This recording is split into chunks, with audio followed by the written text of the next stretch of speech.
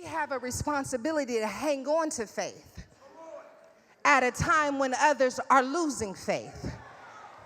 And they're losing faith with good reason, because the evidence is seemingly all around that they are experiencing destruction, that they're going to be demolished, that their world is going to be turned upside down. But for some reason, there is this crazy kid, Jonathan, who refuses to believe what everyone else believes about the situation.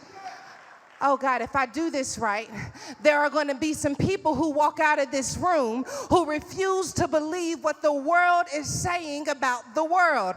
God, if I do this right, there are going to be some people who refuse to believe what everyone else is willing to believe about our families, about our education, about our judicial system. If I do this right, there's going to be about 2 or 3, and I only need 2 or 3, I'll tell you, who are going to be crazy enough to put their faith into action, because we cannot afford to be like those who shrink back in the face of adversity. We must be people who push forward even in the midst of utter chaos. If I do this right, it'll be about 1, maybe 2 of us who decide that it cannot happen on my watch. If I do this right, God says that it doesn't matter how many of them you get, because it doesn't matter whether God saves by many or by few. It could be just one of us who are willing to say, God, I refuse to believe what everyone else is willing to believe. I'm trying to protect.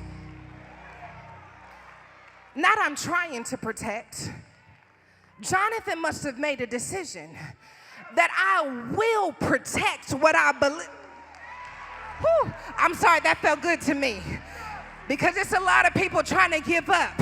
But I made a decision even earlier this year. I got to re-up my decision every now. I got to renew my mind every now and then. Every now and then I got to remind my spirit that I have made a decision to not believe what the world believes. I have made a decision that I will not give up. I have made a decision that if the sink is shipping, I'm going to hold my breath, because I don't abandon ship when things get hard. I've made a decision. I don't abandon ship. I'm going to stay where God planted me. I'm going to believe what God said I'm supposed to believe. If God didn't switch up, I'm not switching up either. If God says stay planted, I'm 10 toes down on this thing. God, whatever you want to do in the earth.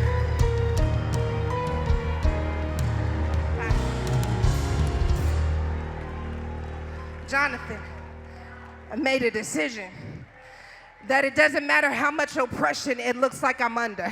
It doesn't matter how much systemic racism I may be under. I've made a decision that if God says that there will be deliverance for my family, if God says there will be deliverance for my people, if God said his kingdom will come and his will be done, I will not give up on what God said. I don't care who falls off. 1,000 on my right side, 10,000 on my left side. I will stay planted.